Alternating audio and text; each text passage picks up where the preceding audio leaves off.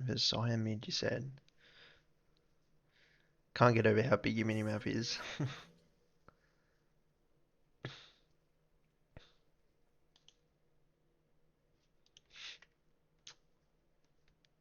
Okay, yeah.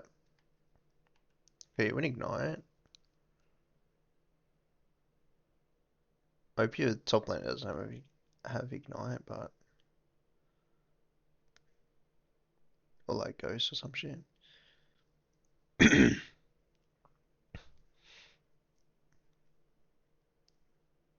Oof.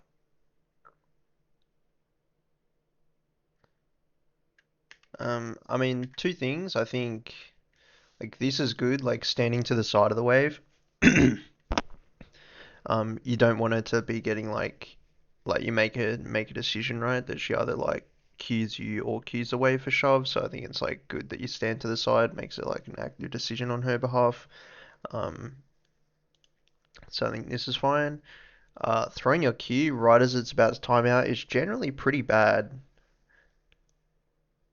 Like generally pretty bad. So like I mean if we can like go through our heads of like what would happen, like if you queued three like when she was back here and it actually hit her, then it's like I'm not sure if she's running PTL lethal, but she can probably like just like kite you down the lane a little bit, and take like a positive HP trade. Also, the fact that you try and throw the Q like right at the end puts it on cooldown, I believe, right? So it's like, but if you let it time out, then your Q's like up straight away. So it's like you can instantly get one stack straight away. Like if you just let the Q3 drop, like if it's a bad Q3, it's like you don't have to take it, right? You let it drop, and then you just get another stack, and then instantly you're one of two stacks. So like she's back under that like threat in her head, right? That the next stack you have Q3 to look off. So it just like almost by not actually using the Q3 doubles the uptime of like the threat of you actually having the Q3 because you just always like at one stack, like always at one or two stacks, like if you never use a Q3. So like in situations where I think it like wouldn't be good, like if you're level two, even if she was level two, I think it would have been fine. You can Q3 forward, you can fucking W and like walk out, whatever. But I think in this sort of situation, having up the extra like just sitting on one stack right now of your queue would just be like a little more threatening and allow you to farm a bit better because you wouldn't be doing this if you were like, on one stack about to be two stacks.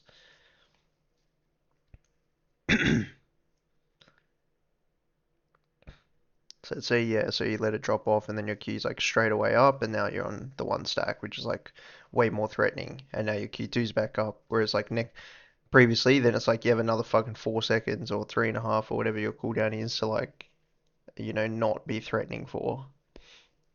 It's kind of like having Blitzhook, right? It's like Blitzcrank can just walk in front of the wave and he's always a threat, but then if he throws that hook and it misses, then they just walk in front of your face and bully you for it. So it's like I think of like Yone Q3 as like very similar like concepts. Nice, great trade.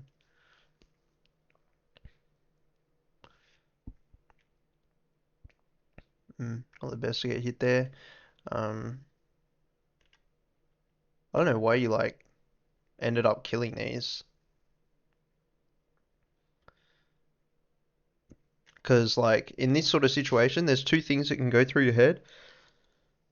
Like right now, you have the Q3 is like you're Q3ing straight through to look for the trade, or you can just like pull back out of range and like sit back here because you're trying to pull the wave, and your next wave is literally right there. Like your next minion is right there. So it's like these ones you may as well like pull out like this way, or like pull on this corner. Like without trying to take poke, unless you want to go in with a Q3. But I think it's fine if you can like obviously it's not gonna fucking freeze, but if you can keep the wave here for like, one one wave, like you could even like spam ping on your wave for this guy to wrap around because I mean she's a mobile, pretty free kill for you guys. If the wave's like up like this, he can skip his camps, pretty good for him. Um, but you can also be a little more threatening. But when you fucking put the wave back in neutral and you get junked here, it's not great. So like she just threw all her spells at you. This is like her throwing her spells and then instead of just like letting this like like the wave crash here for the next one, like you just shove her back into neutral even though she has nothing to threat you with right now.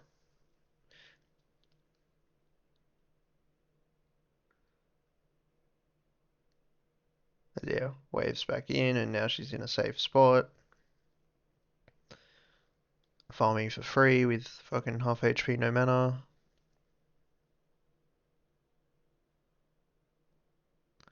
Okay, also, you don't have to have the syndrome of like fully timing out your E, right? You can just back like straight away. Like as soon as you go in and this misses, I mean, where's your mouse here? So you also have the same habit that I used to have. I was saying this in I think the Fang's coaching video is like when you cast your spells, you should get out of the habit of doing this. Like you're casting it back here, right? When it's like I used to do this all the time, and it actually makes you like less accurate like doing this. And I have no idea why we do this. Like it just seems like everyone does this out of like pure habit. Like they always aim the spell like through them. And whereas like technically if you just aim the spell right at her, like it'd be like higher hit rate, right? Rather than like guessing where perfectly in line is with them like back here. But if you just aim the Q3 at her, seems to make it like much harder for them to dodge. Unless if you're aiming for a dodge, then you can like, aim here or wherever the fuck you want, I guess. Um, but like you're trying to hit directly in line with her, so like yeah, if you actually just hit her here, like probably would have hit, but you're aiming like behind her, and from this line, it's like you can kind of see like her center of her body is like here, and this is like her leg and stuff here, so it's like in line here is like not actually that in line when she's moving this way. So yeah, should try and like aim like dead center of them rather than like aiming through them. And then yeah, like chasing her down for like another auto, try and get a Q in or something. It's like you're getting way less value out of that. Yone is actually like not a lane bully either. He's a scaling champion. Like opposite to Yasuo really. Like Yasuo really needs to take leads in lane phase to like be like strong and useful in like the mid game, whereas like Yone is very much like go even, farm up, and then like you're kind of more of a late game demon, like mid to late game rather than like early to mid like Yas.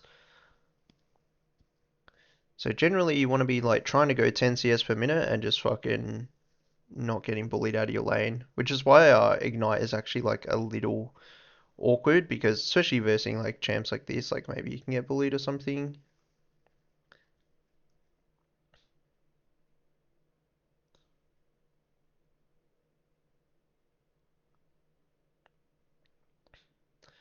No, so you got the gank. I mean, that's a gank that should have happened before if you froze this one. She literally can't do anything about it. Yeah, gotta shove this in. Now, hopefully you go recurve, but...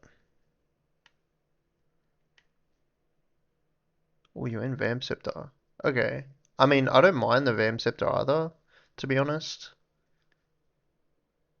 So how much gold did you have? So, I mean, you could have got, like, what, recurve, longsword, refillable.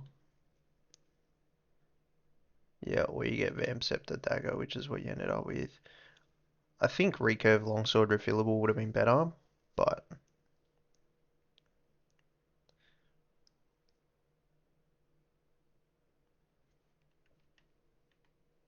it's pretty like 50-50 to be honest. Like lower attack speed, lower like trading patterns, but you are trying to sustain the lane. But I think refillable D shield could have done that enough. Um, Also, I'm not sure who's else is on their team, but it doesn't look as though you need Bork this game.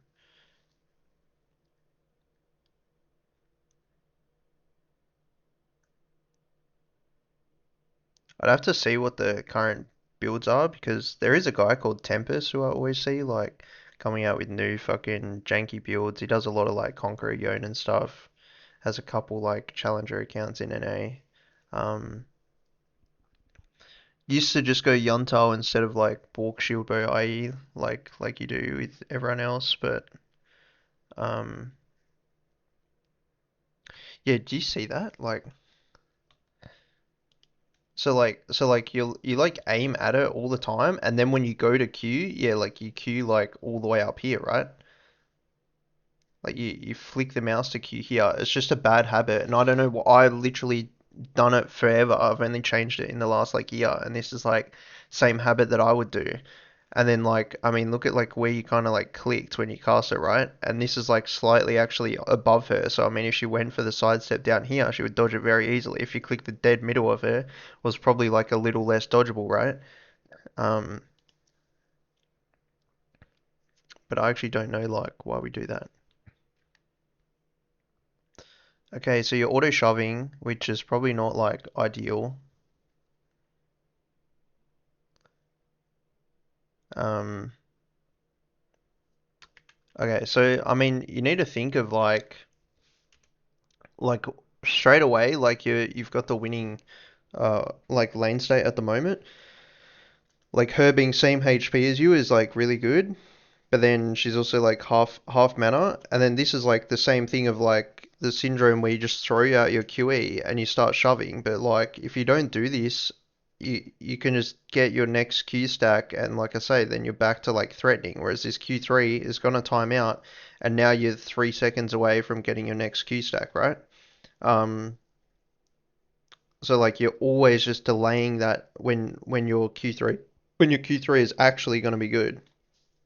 So throwing it out is like not good. Plus you're shoving the wave into her when you're like winning this lane now. You want to last hit as much as possible. And if she ends up like trying to Q or use any spells like whatsoever, gets her passive, and then she will automatically start shoving. She's flashless, only has ult, but like that's not going to stop the Briar from getting onto her. So realistically, you really badly want to get the wave like over here. Like you really badly want to get the wave over here. So you should not be like just auto shoving without thinking. You want her to do that. You want her to auto shove. You just last hit with your Qs, get your Q3 stack up, and then like walk to the side of the wave and literally just stand here because like you don't want to Q3 the wave, but like she's got to respect you if you have Q3 now because she's like in threat of dying. She gets hit with Q3 followed then by the ult chain CC. Like it's a lot of fucking damage that she has to deal with. But you just shoving the lane just means all this like trading that you're doing is like for fun. All the trading you were doing has like literally no purpose right now. You had no reason behind what you were trading for. You were just trading for fun and then like doing shit like this. She gets the whole wave for free and chunks you back out to put the like wave back in her like, favor a little bit. And yeah, and you lose refillable like was all just a waste like the previous like wave or two that you were fighting and shit. And now she's doing this to you, right? You should have altered. Okay. So I know it's like tricky in your head to like think of it, but remember, she flashed from you and Briar before. So there's two options that happen. When she does this shit and you like do this, now when you come back like this, you should be trying to ult through her. And there's two reasons for this. Two reasons. So one, you don't want to get rooted there. Like when all those feathers, so like think of who else is kind of like this? Um I can't really think of who's like this, but think of like these feathers, right? I guess it's, yeah, I don't know, like Talia Workground or something, but like it's like when all her damage are these feathers, right? And obviously you're on the side of them, you only get hit by two here. But like if you ult her, whether she reacts or not, like she should react with her ult, and then what happens is that then you're on this side of all the feathers that she can't pull back on you, right? So if she reacts, you can go this way. Also, very unlikely that she is able to like react to your ult and actually ult backwards as well. And if she does that, then you can flash on the side.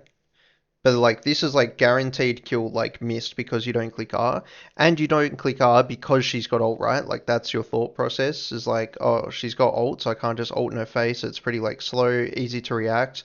But it doesn't actually matter because she doesn't have flash. So like, yes, if she ults your fucking thing at this HP gap to this HP gap, your ignite in 14. If you end up on this side of her, then it's winning, right? And then if if somehow like she is able to walk past you, you've always got the flash if she pulls back the feathers.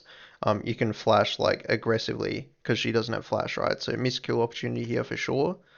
Um, I'm not sure if you, yeah, I mean clearly she doesn't even have reactions anyway. Max range Q3, and you still don't ult. That's so insane. Oh my God. Wow. Where she lived? Auto barrier. Oh yeah. But like this is like so insane that you don't like you go in here, you hit this. This, by the way, is undodgeable now. Like when she gets hit by this is undodgeable your ult. So like she's airborne long enough for the ult cast time to like hit, so she cannot flash or R out of your R here. Um, and the reason for this is because it's a max range Q3. So like your Q3 locks you out of clicking abilities, right? But it locks you out only for like the cast time. So like if she was standing here and you hit her with this Q3 and she gets knocked up, if you click R straight away, she will have time to flash out. But because your like animation lockout finishes like here, and then the knock-up still hits her at the end, you have time to cast R during the knock-up time and it will hit her up. But there's just, I mean, it's similar to what I was saying before, like you should not be scared to R her even though she has ult because it it will just put you like if she even though she couldn't react to it here because she's stunned or airborne if you ult to the other side of her anyways, it does not matter, you will kill her, no flash. Um, Even if she reacts with ult, that's completely fine. And then yeah, then you go for a random one. Wait, yeah, wow. It's kind of unlucky you got hit with the pullback there and whatnot, but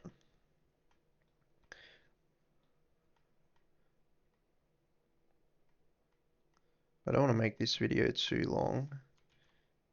Only 17 minutes.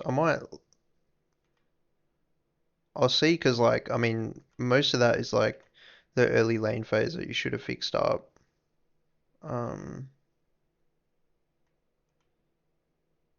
because you've got another VOD as well to look at, I'll probably leave this one as a short one. I'll see if there's like one team fight we can watch or something. I did notice you lost this game, but I mean, yeah, similar again. Like you could have altered off this and it probably hits, right? I'm not sure how like max range it has to be for it to like hit, but Q3'd in front of all the feathers, okay, and then yeah, you kind of got styled on. Yeah, so I mean, it seems like you're not thinking about how to win the matchup so much, but kind of wanted to see a team fight quickly. But this is like actually how Yone is like typically played, is like generally you lose most lanes and you're just like farming up a storm. He farms pretty safely and has like inbuilt shield and lots of mobility, so he sustains lanes quite well.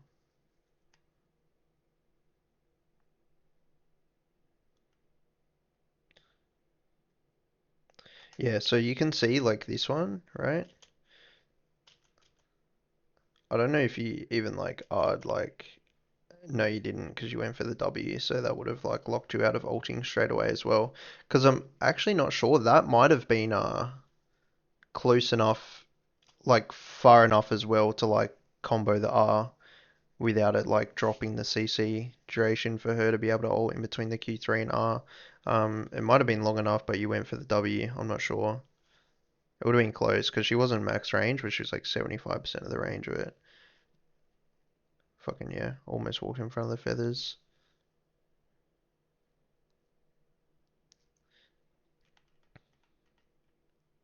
Okay. Um,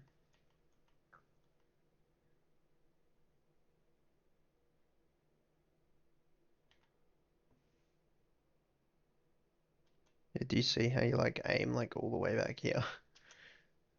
And then like clips are on the edge. Don't know why Briar sat still, but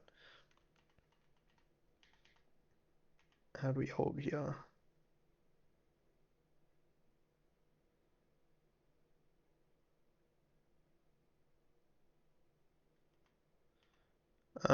This is a situation where you don't have to E before you R as well. So like, if she's gonna click ult and react to your ult, the worst thing you can do, right, is the fact that you're just losing E time, like because you're stuck in ult animation. So even though it missed, actually let's see where you click this ult as well. Yeah, like you see how you like click up here? Like you're clicking up here. If you click on her, I promise you it'll change your life. Um, but yeah, you could have saved E to actually like, uh, I guess unless you knew Rakan was there or something and you wanted to be able to get out if you miss or she ults it. But technically, I would have like just opened with, I would have built up like Q3 stacks like here, and then on this next one, and then I open with R. I open with R and hold the Q3, right? So you get Q2 stack is for the Q3, and then I would just click R here instead of Eing, and then like if she ults it, that's fine. When she ults, you can actually time your Q3 animation to like knock her up as soon as she comes out of it, and then you can like E forward again and um sorry yeah, so like R from here to here either hits her and she's just dead without being able to do anything. If she then clicks R because you didn't one shot her, you can literally E to the other side of her, or Q3 to the other side of her. But yeah, opening with the ult is like things that people don't expect, like without Eing, right? So if you click R and she ults it, then you just Q3 on top of her, auto W, auto E forward, like keep chasing her down with the E, whatever, and she'll die. Um, so yeah, like be mindful of like not every combo has to like start with E. Um, but yeah, alright, I'll leave this one here.